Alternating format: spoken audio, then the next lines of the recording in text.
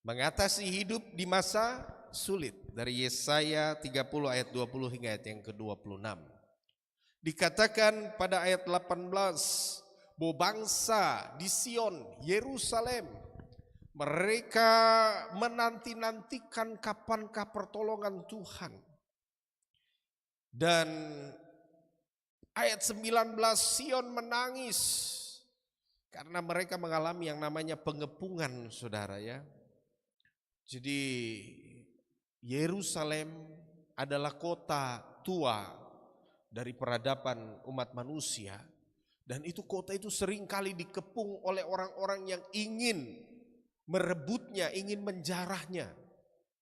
Nah, saudaraku yang terkasih, ketika itu dikepung, dikelilingi oleh tentara dari segala penjurunya, kota kecil itu akan tentunya kesulitan air, kesulitan makanan, karena tentu ladang mereka ada di luar kota. Ya, saudara, kota itu dari dulu kota yang sangat padat, tidak sempat ada yang namanya bercocok tanam. Kalau kita di Papua, di beberapa daerah di Indonesia, tentunya pasti ada space di kanan kiri rumah. Di sana tuh tidak ada, saudara, space. Dari bawah sampai basusun ke atas, itu adalah kota yang dibangun dengan rapat sekali, sangat rapat. Sehingga tidak ada sempat yang namanya ada tanah di situ untuk bercocok tanam, tidak mungkin, saudara. Sehingga ladang itu harus di luar kota Yerusalem. Nah, kalau sudah dikepung, saudara, apa yang terjadi? Mereka akan mengalami yang namanya kesulitan makanan. Nah, hari ini, saudara, apa yang terjadi dengan Yerusalem adalah yang sedang terjadi di bangsa kita di zaman ini, hampir di seluruh dunia. Kita mungkin keadaan kita mirip sekali seperti Yerusalem yang sedang dikepung oleh tentara yang tidak bisa lagi keluar dan masuk semudahnya, sehingga Alkitab menulis pada ayatnya yang ke-20 pada pasal 30 Yesaya ini. Dan walaupun Tuhan memberi kamu roti dan air serba sedikit, namun pengajarmu tidak akan menyembunyikan diri lagi, tetapi matamu akan terus melihat Dia. Jadi saudaraku yang terkasih di dalam Kristus, hal yang pertama yang kita lihat bahwa makna hidup di masa sulit adalah masa di mana Tuhan sedang menyekolahkan kita dalam sekolah pengajaran Tuhan, di mana Tuhan Yesus Allah adalah guru kita. Jadi kalau kita mengalami masa sulit dalam hidup ini, saudara, itu adalah masa di mana kita sedang masuk, mendaftar dan ikut serta sebagai peserta didik di satu sekolah yang bernama sekolahnya Tuhan Yesus. Kapan kita belajar yang namanya mencari Tuhan? Yaitu waktu kita masuk di dalam sekolah ini, saudara. Hanya sekolah inilah yang akan membawa kita kepada masa di mana kita akan belajar tentang tahu mencari Tuhan. Ya, dikatakan firman Tuhan tadi apa, Bapak Ibu Saudara? Dan walaupun Tuhan memberi kamu roti dan air serba sedikit, namun pengajarmu tidak akan menyembunyikan diri lagi, tetapi matamu akan terus melihat Dia. Bayangkan Bapak Ibu Saudara, ketika kita mengalami masa sulit, roti dan air yang serba sedikit, itu dalam masa di mana mata kita hanya memilih untuk melihat, terus melihat Tuhan. Coba saudara, kita renungkan, kapan kita berdoa paling kuat, paling rajin, paling serius mencari Tuhan? Di masa sulit, saudara. Sebab di waktu kita sedang senang, di waktu kita sedang bahagia, terkadang Tuhan nomor 100, saudara, dalam hidup kita. Nomor ke-1000 juta kali. Kadangkala nanti dulu lah, Tuhan tahu, saya lagi mau senang-senang dulu hari ini. Besok begitu lagi, sampai kita mengalami yang namanya masa kesukaran, roti dan air serba sedikit, baru kita cari Tuhan dan memandang Tuhan. Jadi masa sulit saudara adalah masa di mana kita akan melihat Tuhan. Ini bukan berarti bahwa orang Kristen tidak cari Tuhan. Orang Kristen cari Tuhan. Dia berdoa makan, dia berdoa sebelum tidur, dia berdoa sebelum jalan, dia berdoa, dia cari Tuhan. Tapi cari Tuhan dalam kontekstual, dia hanya melakukan rutinitas. Tidak dengan hati yang sungguh-sungguh mencari dengan berharap secara penuh. Hanya sekedarnya seperti absen di kantor ceklok gitu kan. Ya daripada tidaklah ceklok sedikit dulu ya kan. Kasih tunjuk muka sedikit dulu di Tuhan Allah lewat doa. Tetapi saudara berbeda dengan orang yang sedang mengalami masa sulit. Orang yang mengalami roti dan air yang serba sedikit, masa dikepung dengan masalah seperti Yerusalem Sion pada waktu itu.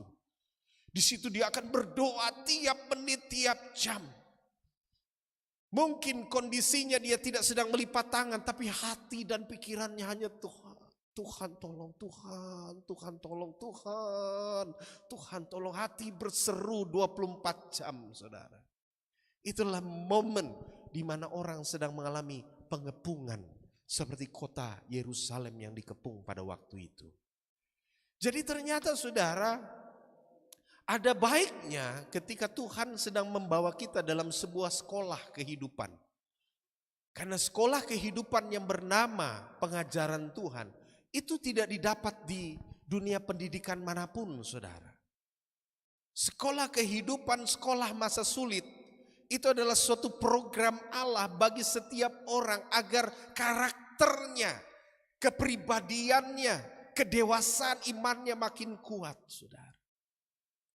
Saudara, kita bisa lihat pengusaha-pengusaha hebat yang luar biasa. Hari-hari ini mereka dilahirkan bukan dari keluarga bangsawan. Justru kadangkala kalau kita lihat sejarah kehidupan pengusaha-pengusaha orang-orang kaya di Indonesia, mereka adalah orang-orang yang ternyata pada waktu mereka dilahirkan, orang tuanya, bapak kandungnya meninggal dunia. Kemudian saudara, ibunya sebagai pencuci piring ya di rumah tetangga-tetangganya. Menghidupi anak bukan satu orang, tapi 5 orang. Namun mereka dilahirkan di masa sulit dan mereka menjadi pengusaha hebat. Karena ternyata sekolah yang paling baik dan paling ya membawa dampak berkat Tuhan dan kesuksesan dalam diri seorang adalah sekolah di masa sulit, saudara. Sekolah masa sulit. Saudara bisa lihat orang-orang hebat. Contoh seperti Bapak Gubernur Jawa Barat itu, KDM. Dia masa sulit saudara, lihat itu cerita profil hidupnya. Masa sulit, masa tinggal di tempat bantaran-bantaran kehidupan yang susah, miskin dan menderita. Tapi ada semangat juang dari beliau. Sehingga dia bangkit dan menjadi seorang gubernur saudara. Ya. Saya belum lihat profil-profil juga yang lain. Pasti mereka juga mengalami hal-hal yang sama. Ya. Ada salah satu gubernur juga di tanah Papua, saudara. Pada masa kecilnya diangkat anak ya oleh seorang tentara, saudara. Dan dari situ dia belajar tentang kepemimpinan. Dan sekarang saudara dibesarkan oleh tentara dan sekarang sudah menjadi gubernur di salah satu provinsi di tanah Papua. Banyak saudara tokoh-tokoh yang kalau kita lihat mereka hari ini sukses dan berhasil, mereka melewati masalah kehidupan, mereka dikepung dengan yang namanya masa-masa sulit dalam kehidupan awal mereka. Jadi saudara jangan pernah berdoa untuk keluar dari masalahmu. Tapi berdoalah supaya engkau mampu melewati hari-hari sulit itu sampai engkau keluar sebagai pemenang, Bapak Ibu Saudara. Justru keindahan peperangan kita di dalam dunia bersama dengan Tuhan itu terletak pada seni perjuangan itu, saudara. Jadi kalau kita mengalami masa sulit, masa perjuangan, di situ kita lihat mujizat Tuhan. Cara Tuhan menolong, Tuhan siapkan orang untuk tolong kita, Tuhan siapkan mujizat untuk tolong kita, sehingga apa yang tidak mungkin di situ jadi kesaksian hidup, saudara. Coba lewatilah masa sulit ini, saudara, dan syukuri sekolah ini. Ini adalah sekolah yang ketika saudara daftar dan sudah masuk ke dalamnya, tidak bisa keluar, saudara. Engkau harus menuntaskan sampai terima sertifikat kemenangan dari Tuhan Yesus. Ya, kalau sekolah di saat ini, saudara, ada banyak orang bisa mengundurkan diri dari sekolah itu. Tapi sekolah kehidupan dari Tuhan, engkau tidak akan bisa mengajukan untuk undur diri. Engkau harus bisa dan menyelesaikan sampai tuntas. Saya percaya kita bersama Yesus, saudara. Di sana dikatakan sesungguhnya Tuhan tidak akan menyembunyikan diri lagi. Ini berarti ayat pada waktu kita sedang mengalami masa sulit, masa terjepit, masa terkepung, masa roti dan air yang serba sedikit. Pengajarmu, Tuhan yang menjadi guru kita, tidak akan meninggalkan kita, saudara. Dia tidak akan menyembunyikan diri lagi, namun dia akan menampakkan diri terang-terangan dalam kasihnya, dalam wujudnya, dalam perlindungannya, dalam penyataannya. Kita bisa melihat, saudara, dalam masa Israel dikepung, hari-hari dalam minggu-minggu kemarin, saudara, segala bangsa, beberapa negara merudal dengan rudal yang begitu banyak, saudara. Yang ketika dia merudal sampai ke dekat Israel, Israel tangkis dengan Iron Dome, rudal itu pecah jadi peluru-peluru kecil juga akan meledakkan lagi, saudara. Bayangkan, jadi begitu diledakkan yang besar, dia akan pecah jadi kecil-kecil, rudal-rudal kecil. Dan itu akan sasarannya ke sembarang tempat yang ada di Israel. Tapi di tengah ribuan rudal yang menyerang Israel setiap jam, setiap harinya, kita melihat ada kalanya di mana Tuhan menangkis itu. Bukan dengan Iron Dome, tetapi dengan hand-dome-nya Allah, tangan Tuhan yang melindungi. Israel adalah representasi seluruh orang percaya di dunia.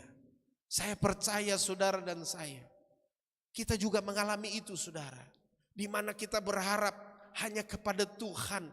Tangan manusia tidak dapat menolong kita, tapi tangan Tuhan yang besar akan menolong kita dari setiap rudal masalah, bom dan masalah yang mengimpit hidup kita. Sebab itu percayalah, saudara, guru mana yang ketika seorang anak itu bersekolah, dia ingin anak itu gagal? Tidak mungkin. Sejahat-jahat, sejelek-jeleknya guru, saudara, dia bangga kalau anak itu lulus. Sejelek-jeleknya guru, sejahat-jahatnya guru dalam mendidik, sekejam-kejamnya guru mendidik dalam dunia pendidikan, dia bangga ketika anak itu lulus, saudara, dan terima ijazah. Ya. Jadi saudaraku yang terkasih di dalam Kristus, kita harus bangga ketika kita ada dalam sekolah kehidupan penderitaan bersama dengan Tuhan. Sebab Yesus juga harus melewati mahkota duri baru mencapai mahkota kemuliaan. Tidak ada mahkota kemuliaan, saudara, tanpa melalui mahkota duri. Jadi kalau saudara ingin melihat mahkota kemuliaan, kau harus lewati mahkota duri yang harus kita lalui bersama, saudara. Yang kedua, makna masa sulit, ya, makna hidup di masa sulit, saudara. Yang kedua adalah kita harus menang atas cobaan. Menang atas cobaan. Loh, Pak Pendeta, sekolah kehidupan, tapi kok ada cobaan juga ya? Justru ternyata ketika saya belajar ayat ini, cobaan itu datang juga pada saat kita sedang sulit, saudara. Coba kita baca ya. Yesaya 30 ayat 20. Dan walaupun Tuhan memberi kamu roti dan air serba sedikit, namun pengajarmu tidak akan menyembunyikan diri lagi, tetapi matamu akan terus melihat Dia. Ayat 21, dan telingamu akan mendengar perkataan ini dari belakangmu. Inilah jalan, berjalanlah mengikutinya, entah kamu menganan atau mengiri. Engkau akan menganggap najis patung-patungmu yang disalut dengan perak dan yang dilapis dengan emas. Engkau akan membuangnya seperti kain cemar sambil berkata kepadanya, keluar. Saudaraku yang terkasih, dikatakan engkau telingamu akan mendengar waktu kamu sedang mengalami masa sulit, roti dan air serba sedikit, kamu akan melihat Tuhan. Ya, tapi telingamu juga akan mendengar suara dari belakang. Kenapa suaranya dari belakang? Sedangkan Tuhan ada di depan. Ayat 20, Tuhan ada di mana? Di depan. Tapi kok ada yang bersuara di belakang? Siapa yang bersuara di belakang? Setan. Kan tadi kan ayat 20, waktu kamu sedang sulit, matamu akan melihat Tuhan. Melihat itu kan tidak mungkin di belakang. Mata kita ini di depan, saudara. Berarti posisi Tuhan ada di depan, gitu ya. Melihat itu berarti sesuatu yang ada di depan kita, tidak mungkin di belakang. Jadi melihat itu ada yang di depan. Berarti posisi Tuhan ada di mana? Di depan. Jadi saat kita sedang dicobai, kita akan terus mencari Tuhan dan melihat Tuhan. Tapi ayat 21 akan ada suara dari belakang yang akan membisikkan kamu, yang akan berkata, inilah jalan. Ya kan? Berjalanlah melaluinya. Entah kamu menganan atau mengiri. Tahu saudara, kata menganan atau mengiri ini dalam bahasa Ibrani itu davar. Itu kamu menyimpang ke kanan atau menyimpang ke kiri. Ini sebenarnya maknanya, konotasinya itu negatif gitu. Bayangin, di depan ada Tuhan yang menjadi pengarah, tapi ada suara yang bicara dari belakang yang menggoda engkau. Udahlah gitu ya, nggak usah terlalu lurus-lurus lihat Tuhan. Ada nih, coba kamu ke kanan sedikit, menganan sedikit gitu. Kamu nyimpang dikit lah, nggak usah terlalu lurus-lurus ikut Tuhan. Ke kiri dikit lah gitu saudara ya. Jadi waktu kita sedang menghadapi masa sulit, masa air yang serba sedikit, Tuhan ada di depan kita sebagai guru. Tapi juga bisikan dari belakang, bisikan hati, tawaran iblis. Udahlah jangan terlalu jujur-jujur amat. Ini kan masa sulit, Tuhan masih bisa kompromi kok, ya kan? Udahlah, ya ikut aja lah. Kami ini jalan, itu Tuhan di depan, tapi dia tidak bergerak. Tapi ini jalan ini, kamu ikut sudah. Ke kanan sedikit tak apa-apa, nyimpang ke kanan sedikit, nyimpang ke kiri sedikit. Ya, jadi ini masa sulit kadang-kadang saudara adalah masa di mana tawaran iblis juga akan datang. Ya. Tawaran iblis juga akan datang untuk menawar engkau, untuk sedikit menyimpang. Gak terlalu jauh kok menyimpangnya dari jalannya Tuhan. Sedikit, masih bentuk-bentuknya sedikit. Ada konek-konek sedikit dengan pelayanan, tapi bukan pelayanan itu. Ya, jadi saudara, justru cobaan itu datang bukan di masa hanya sedang bahagia. Ya. Tapi justru saat sedang sulit. Ya, masa sulit saudara. Masa sulit. Ya. Jadi saya mengajak kita semua jangan tergoda saudara. Amin. Jangan tergoda untuk mengambil sebuah jalan pintas yang terkadang kan tetap saya juga ada di jalan Tuhan. Tapi kita sedang kompromi dengan hal yang bertentangan dengan iman kita. Ya, tinggalkan itu saudara. Tinggalkan tawaran itu.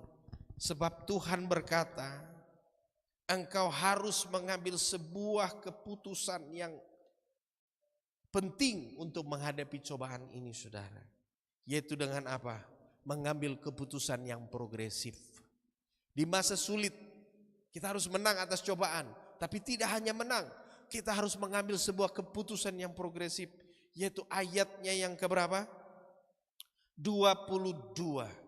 Yaitu kita harus membuang segala berhala kita, patung yang disalut dengan perak, disalut dengan emas. Dalam bahasa Ibrani yaitu pesel, ya. Pesel itu artinya idola. Ya. Jadi ternyata berhala itu saudara adalah idola. Ya, idola. Jadi kesenangan kita. Ya. Kesenangan kita. Apa kesenangan kita, saudara? Ya. Kesenangan yang merugikan kita itu harus dibuang, saudara. Apa kesenangan kita yang kita nggak bisa lepas dari dia? Kalau lepas kayak mau mati rasanya. Misalnya rokok misalnya. Aduh Pak Pendeta, kalau saya lepas dari rokok ini saya mau mati rasanya. Biar sudah sekali mati dulu. Kan ada ayat lagunya, ku telah mati dan tinggalkan cara hidupku yang lama supaya aku bangkit bersama Kristus. Apalagi kesenangan-kesenangan dunia kita saudara banyak. Menipu misalnya, berbohong, berdusta. Apalagi kesenangan kita. Ya. Apa saudara kesenangan kita? Begadang, berjalan. Haleluya. Ada yang suka berjalan saudara? Ya. Tidur di waktu siang, bangun di waktu malam seperti kelelawar saudara. Hanya kelelawar yang tidur di waktu siang dan bangun di waktu malam. Itu kesenangan saudara. Kelelawar itu sangat enak, dia tidur di waktu siang itu menyenangkan buat dia saudara. Ada yang tidur menyenangkan saudara? Berhala itu saudara, itu berhala. Tinggalkan itu supaya engkau diberkati Tuhan. Engkau keluar dari masa sulit, masa sukar. Ya, makanya pepatah Cina berkata apa saudara? Bangun pagi-pagi supaya jangan dipatok ayam. Apanya? Rezekinya. Saudara harus bangun pagi. Ya. Orang Yahudi saudara bangun tuh harus pagi. Supaya apa? Sebelum matahari terbit, mereka harus Shema Israel. Shema Israel gitu ya. Shema gitu. Mereka panggil Shema Israel. Mereka mau dengarlah Israel, Tuhan Allah semesta alam gitu. Mereka pagi bangun dan sebelum matahari terbenam, mereka harus Shema. Mereka harus berdoa, mereka harus ibadah, saudara. Saudaraku yang terkasih di dalam Kristus. Agar kita bisa keluar di masa sulit, kita harus buang dulu berhala yang menghambat hidup kita. Apa saudara? Berhala dalam hidup kita tadi itu, kesenangan-kesenangan, idola kita, pesel itu saudara. Apa idola-idola kita? Coba renungkan saudara, apa? Ya. Yang kadangkala menghabiskan uang hanya untuk idola kita. Mungkin kita seseorang yang modifikasi misalnya. Kita suka hanya untuk menspesialkan. Itu idola, itu jadi berhala saudara. Karena semuanya fokus hanya untuk itu. Ya. Apa saudara berhala kita? Banyak kan? Apa yang menjadi kesenangan kita? Ada juga saudara kadang-kadang nonton. Jadi setiap episode tidak boleh tertunda. Saya pokoknya harus stay di depan televisi atau di depan handphone karena inilah setiap awal baru, setiap hari Rabu ada film terbaru, ya. Episode terbaru yang saya tidak boleh tinggalkan. Itu berhala saudara. Padahal kalau itu waktu untuk nonton dijadikan untuk sesuatu yang lebih berharga, kita akan sukses saudara. Ya, jam itu kita gunakan untuk melakukan. Kadang-kadang manusia dan umat di akhir zaman sering berlindung, akan kita juga perlu refreshing Pak Pendeta. Kita juga perlu menikmati, hidup ini kan harus menikmati. Ya. Tapi kalau dilakukan selalu setiap hari saudara, tetap akan habis. Ya. Apa saudara, kadang-kadang nongkrong di kafe, itu juga kadang-kadang kita berpikir bahwa itu adalah hal yang menyenangkan. Kalau sebulan sekali enggak apa-apa. Tapi kalau tiap hari nongkrong di kafe saudara, itu sebenarnya kita sedang membuat diri kita susah sendiri. Apalagi kalau nongkrong di kafe sampai ngutang saudara. Haleluya. Itu parah namanya. Jadi jangan saudara, kita tidak boleh, itu berhala saudara. Buang itu, ambil pilihan keputusan yang progresif. Apa itu progresif? Sesuatu yang kita ingin ubah untuk kita lebih maju gitu. Harus ke tingkat yang lebih baik. Ya. Coba saudara, mulai besok kalau saudara mau lihat mujizat dalam hidup ini, bangun pagi. Amin. Berdoa pagi. Ya, cuman bangun pagi lalu buka HP, salah. Kita sedang memberhalakan HP lagi saudara. Karena bangun tidur yang dicari siapa? HP. Berarti Tuhannya HP. Ya. Ada di sini yang kalau bangun tidur harus lihat HP? 100% Pak Pendeta. Ya, tapi besok mulai berubah. Itu berhala harus dibuang. Kan cuman membuang berhalanya, caranya, sifatnya, pilihannya. Begitu melek mata, langsung cari Tuhan. Tuhan, saya sudah bangun pagi, terima kasih. Berkati saya hari ini, kegiatan hari ini, urapi hari ini, beri arah dan petunjuk hari ini. Tolong berkati apa yang kukerjakan hari ini. Haleluya, amin. Berapa menit doa itu saudara? Tidak sampai 1 menit saudara. Tidak sampai 1 menit. Haleluya. Apa yang sulit dari doa? Sebenarnya kadang mindset kita berpikir kalau doa harus 1 jam. Nah, doa itu adalah sapaan kita untuk Tuhan. Kita ngomong sama Bapa kita pagi itu. Say hello pagi itu. Ya, kita ngomong sama dia, kita bicara sama dia. Pernah saudara ketemu sama bapakmu? Kau harus ngomong 1 jam dulu tiap hari? Enggak kan? Waktu engkau bertemu dengan orang tuamu, pasti kau akan bicara hal-hal penting. Ya, Pak, hari ini. Nanti begini ya, begini. Pak, tolong ini ya, ini. Selesai, sependek itu. Bapakmu marah enggak waktu kau bicara pendek? Enggak kan? Orang tuamu marah tidak pada saat kau berbicara singkat? Tidak. Tuhan adalah Allah yang seperti itu, saudara. Ya. Sekali lagi saudara, 1 jam kita mencari Tuhan. Tuhan tidak tambah sayang dengan kita. Ya. 2 jam kita makin cari Tuhan, menyembah makin paling lama, makan kita tambah. Tuhan kalau bisa 3 jam supaya Tuhan makin sayang sama saya. Enggak. Sekali lagi, durasi waktu yang kita gunakan untuk mencari Tuhan tidak menyebabkan Tuhan makin sayang sama kita. Enggak. Makin lama kita cari Tuhan, kitanya yang makin sayang sama Tuhan.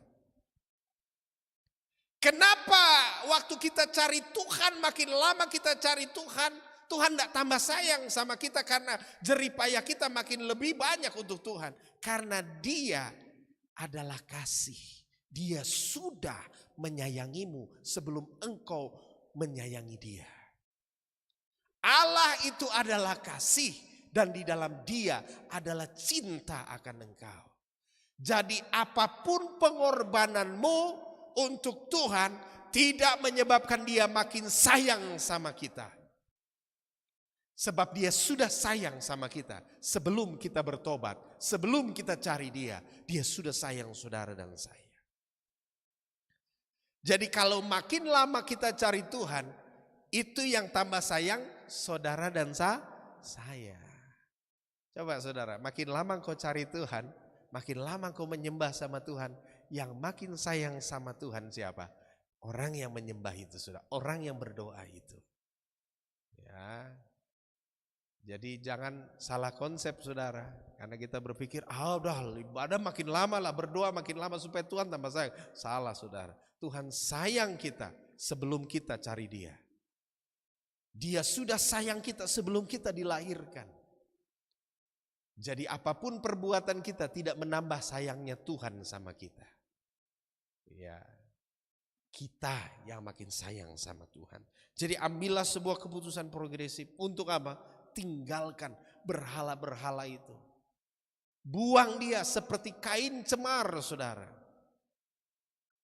Kata kain cemar di sini yang digunakan dalam bahasa Ibrani itu adalah seperti ya seorang wanita yang menstruasi, ya, sehingga dia harus membuang kain, ya, untuk menutupi menstruasi itu. Itu tidak bisa disimpan, saudara. Itu harus dibuang karena itu adalah sesuatu yang kotor, saudara. Demikianlah kehidupan kita, berhala itu harus dibuang, jangan disayang-sayangi. Perilaku, sifat, karakter, kebiasaan buruk, kesenangan hidup itu berhala. Idolamu adalah berhalamu. Idola itu berhala, saudara. Pesel itu adalah idola. Apa yang kau idolakan, apa yang terlalu kau spesialkan, itu berhalamu. Buang itu. Maka Alkitab bilang kepada kita, pada waktu kita membuang berhala kita, saudara, ya, kamu akan menganggap najis patung-patungmu disalut oleh perak, dilapis dan emas, engkau akan membuangnya seperti kain cemar. Dan sambil berkata kepadanya, keluar.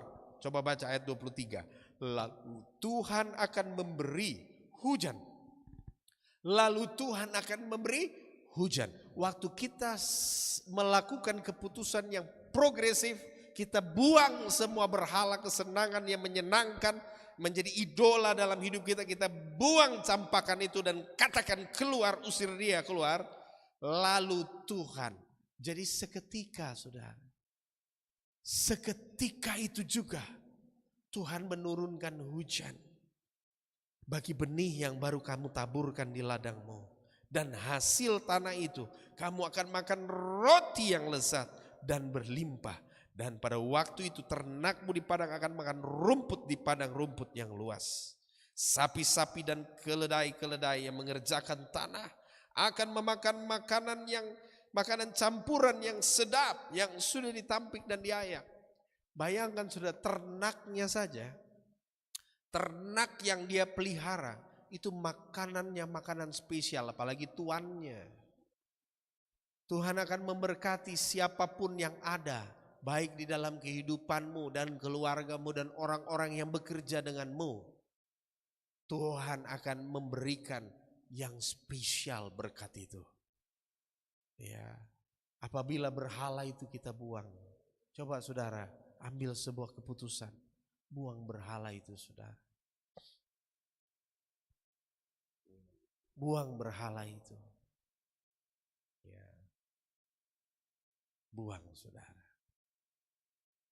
Ketika kita membuang berhala itu, kita membuang kesenangan itu, maka pada waktu itu Tuhan akan memberkati kita. Kemudian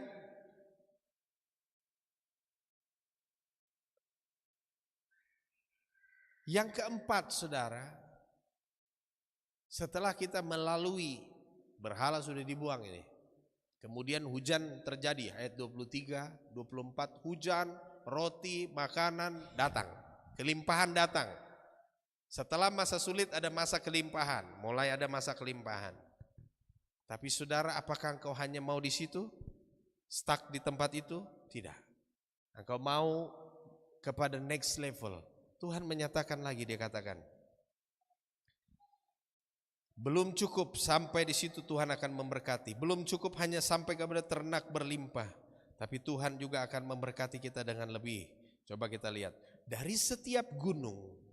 Tadi kita lihat bahwa di masa kesukaran Tuhan turunkan hujan.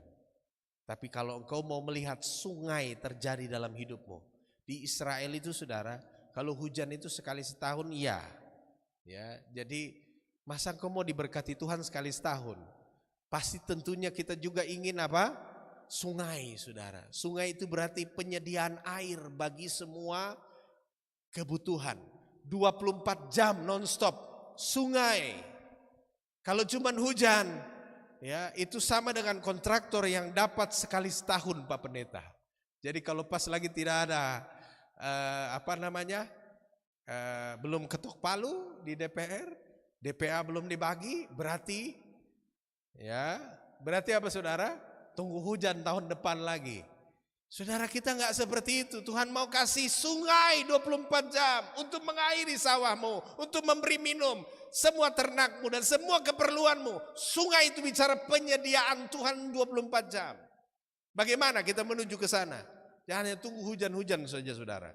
Kalau hujan itu sulit. Hujan itu ada waktunya saja. Dalam bulan ini berapa kali hujan, saudara? Bisa hitung dengan jari, ya kan? Mau tunggu hujan, saudara? Kalau tunggu hujan, saudara tak ada bercuci baju, saudara. Haleluya. Ya, coba ada yang cuma berharap sama hujan dan tidak ada air lain daripada kehidupannya, pasti tidak cuci. Ya, tidak cuci baju. Nah, kita mau sungai. Bagaimana kehidupan kita ini? Ketika Tuhan sudah turunkan hujan berlimpah, ada makanan semua, lalu kita mencapai yang namanya sungai, penyediaan penuh dari Tuhan. Baca ayat ini, saudara, ayat 25. Dari setiap gunung yang tinggi dan dari setiap bukit yang menjulang akan memancar sungai-sungai pada hari pembunuhan yang besar, apabila menara-menara runtuh. Jadi setelah kita menghadapi masa kesulitan, menuju hujan berkat Tuhan, penyediaan Tuhan, tapi masih terbatas. Kadang-kadang sampai menuju kepada penyediaan tak terbatas, yaitu sungai yang 24 jam diairi. Itu perlu kita meruntuhkan menara-menara. Saudara, kalau kita mau mencapai tujuan ini, kita harus runtuhkan menara-menara. Pak Pendeta, tadi saya sudah langkah buang berhala, sudah. Buang segala kesenangan saya sudah. Tapi ada satu lagi yang harus kita masuk. Untuk masuk mencapai penyediaan sungai, menara harus diruntuhkan. Saudara, dalam bahasa asli, kata menara itu migdal, artinya mimbar atau panggung. Dalam bahasa Ibrani, migdal itu artinya menara atau panggung. Atau apa? Mimbar. Ya. Dan panggung ini harus runtuh dulu. Baru kau bisa mencapai sungai penyediaan Tuhan. Apa itu panggung? Ya. Panggung itu ketika saudara sukses, saudara banggakan diri. Besar kepala, itu panggung. Jadi waktu kita sukses, bukan karena doa ini. Bukan karena saya sembahyang di gereja. Nah, itu panggung, saudara. Berarti kau sedang mengambil alih panggung Tuhan menjadi panggung dirimu. Semua bukan karena perjuangan orang lain, tapi karena saya. Itu panggung. Tapi kalau engkau mau mengalami penyediaan sungai tak terbatas Tuhan, kau runtuhkan dulu menara-menaramu. Segala panggung tentang membesarkan dirimu, runtuhkan itu, saudara. Kasih panggung buat Tuhan Yesus saja. Dan bilang, segala langkah semua ini karena Tuhan. Tuhan melalui orang-orang. Tuhan menjamah orang menolong saya. Tuhan membukakan jalan lewat orang-orang sana, sini dan sebagainya. Pada waktu engkau berkata, panggung bukan dirimu lagi, hanya Tuhan panggung sesungguhnya, hanya Tuhan melewati orang-orang. Maka pada waktu itu penyediaan tak terbatas Tuhan.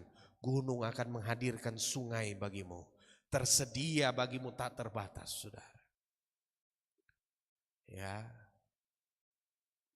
pada waktu itu engkau akan mengalami penyediaan Tuhan yang tak terbatas. Engkau tidak akan mengalami lagi masa di mana tunggu hujan, kadang tara hujan, ya toh? Kadang hujan, kadang tara hujan. Kan menderita itu, saudara. Ya, kalau begitu, betul tidak, saudara? Ya, kalau cuma nunggu hujan kan susah. Kalau hujannya 1 kali 1 tahun kan menderita lagi itu, saudara. Lebih parah lagi, saudara. Ya, betulkah tidak, saudara? Jadi jangan kita tunggu musim hujan, tapi biarkan sungai yang ada dalam hidup kita. Untuk mencapai sungai ini kita butuh apa? Panggungnya hanya Tuhan. Jangan bilang semua karena saya lagi. Stop. Amin. Ya, sukses sedikit lalu bilang, itu karena saya kerja keras. Pak Pendeta tahu 24 jam saya tak tidur kerja barang itu. Jadi pantaslah saya dapatkan semua itu. Oh, saudara, waktu kita mengambil panggung, maka Tuhan berhenti untuk sungainya bagi kita.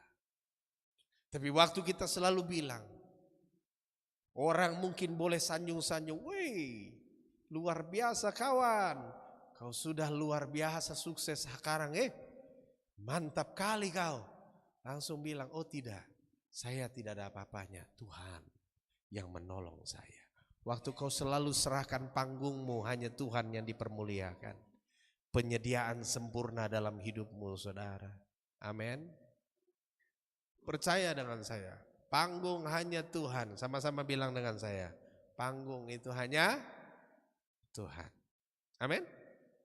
Ya, kita sepakat ya, Bapak Ibu Saudara. Jadi apapun keberhasilan hidup kita, apapun kesuksesan hidup kita, apapun terobosan yang kita capai dalam hidup ini, selalu panggungnya Tuhan.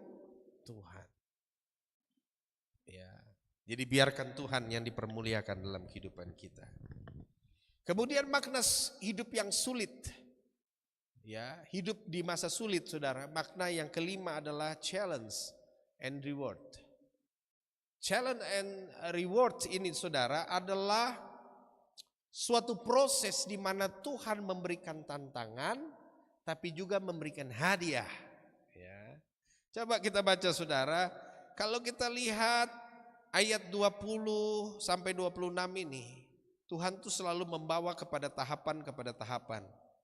Ketika kita melewati ujiannya ayat berapa? Pasal 30, Yesaya 30 ayat 20 sampai 22 itu challenge-nya. Itu adalah tantangannya. Tuhan kasih tantangan 20, 21, 22. Dan 23 dan 24 adalah reward dari Tuhan. Hadiah dari Tuhan. Ya. Tuhan kasih hadiah. Kemudian pada pasalnya yang ke-25b itu tantangan lagi. Ada panggung, ada kedagingan, ada keinginan, kebanggaan. Ya. Itu semua harus diruntuhkan. Bahkan pada ayat 25b itu pembunuhan besar. Kenapa disebut pembunuhan? Berarti ada kedagingan yang harus dimatikan dari semua kesuksesan dan keberhasilan kita. Itu harus dibantai habis. Kedagingan kita harus dibasmi. Menara panggung itu harus diruntuhkan. Biar hanya panggung Tuhan yang ada dalam hidup kita. Maka ayat 25 bagian A akan berkata apa, saudara? Dikatakan dengan jelas, dari setiap gunung yang tinggi dan dari setiap bukit yang menjulang akan memancar sungai. pada waktu pembunuhan besar dan menara itu runtuh. Kemudian ayat yang ke-26 berkata apa? Maka terang bulan purnama akan seperti terang matahari terik, dan terang matahari terik akan 7 kali ganda, yaitu seperti terangnya 7 hari pada waktu Tuhan membalut luka umatnya dan menyembuhkan bekas pukulan. Jadi kita akan benar-benar sembuh, saudara. Terang Kristus akan dinyatakan dalam hidup kita. Waktu panggung itu hanya Tuhan. Nggak ada lagi kebanggaan kita. Nggak ada lagi berkata bahwa ini karena kerja keras saya. Ini karena keberhasilan saya. Ya. Kalau kita banggakan kerja keras dan jasa kita, berapa banyak hari ini, saudara, orang yang sumbangsih dengan kandidat puluhan juta, ratusan juta dilupakan. Ya. Saya ada ketemu dengan salah satu pengusaha ban, ya, pengusaha ban di Kota Sorong, di Jakarta. Dia jemput saya dengan BMW, saudara. Waduh, saudara, seri terbaru, bagus sekali sedannya. Ini layarnya ini bagus sekali. Duduk makan, kita di salah satu rumah makan dan cerita. Pak Pendeta tahu berapa miliar saya habis kasih buat kadis, ya, dia sebut kadis ini. Tapi pas dia sudah jadi Pak Pendeta, dia tidak kasih saya satu proyek pun ganti uang miliaran yang saya kasih. Itu saudara saya mau bilang, kalau tidak Tuhan sertai perjalanan hidup kita, berapa miliar pun yang kau berikan tidak akan diingat oleh orang itu. Karena kau andalkan panggungmu, engkau andalkan kehebatanmu. Berapa banyak usaha-usaha, buka usaha sini, buka usaha sana, buka ikut proyek ini, ikut proyek sana, hancur duitnya, saudara. Karena hanya mengandalkan manusia, tidak mengandalkan Tuhan. Jadi jangan sekali-kali kita berbicara tentang panggung kita. Kalau engkau mau mengalami gunung itu menghasilkan sungai yang memberikan kehidupan non-stop bagi hidupmu, panggungnya hanya Tuhan. Jangan ada panggung pribadi, jangan ada panggung karena saya Pak Pendeta, oh itu saya keluarga, percaya nanti dia akan lihat saya sampai akhir periode, tidak ingat. Kenapa? Karena yang kau andalkan adalah panggung keluarga, bukan panggung Tuhan. Tidak apa-apa itu hubungan keluarga dengan dirimu, tapi biarlah Tuhan yang menjadi panggung dalam hidupmu supaya Tuhan yang gerakan dia. Gitu. Ya. Tuhan pakai lewat cara-cara itu, lewat hubungan keluarga, hubungan rekanan, hubungan itu jalan Tuhan. Tapi waktu engkau hanya mengandalkan dirimu dengan panggungmu, maka Tuhan tidak beracara, kau akan gagal. Tapi waktu engkau mengizinkan panggung sorga, panggung Yesus ada dalam hidupmu, engkau akan melihat kemuliaan. Terangmu akan 7 kali lebih terang, lukamu akan sembuh, Tuhan akan membalut semua penderitaanmu dan menjadikan engkau sehat dan bangkit bersama dalam kemuliaan. Jadi saudara, masa sulit adalah masa yang sungguh tidak menyenangkan, membuat pahit dan pilu. Namun yang menjadikan kita pribadi yang kuat dan tegar adalah masa sulit, bukan masa kelimpahan. Dari masa sulit kita dididik agar jangan sekalipun melupakan Tuhan yang setia dalam mendampingi masa sulit kita.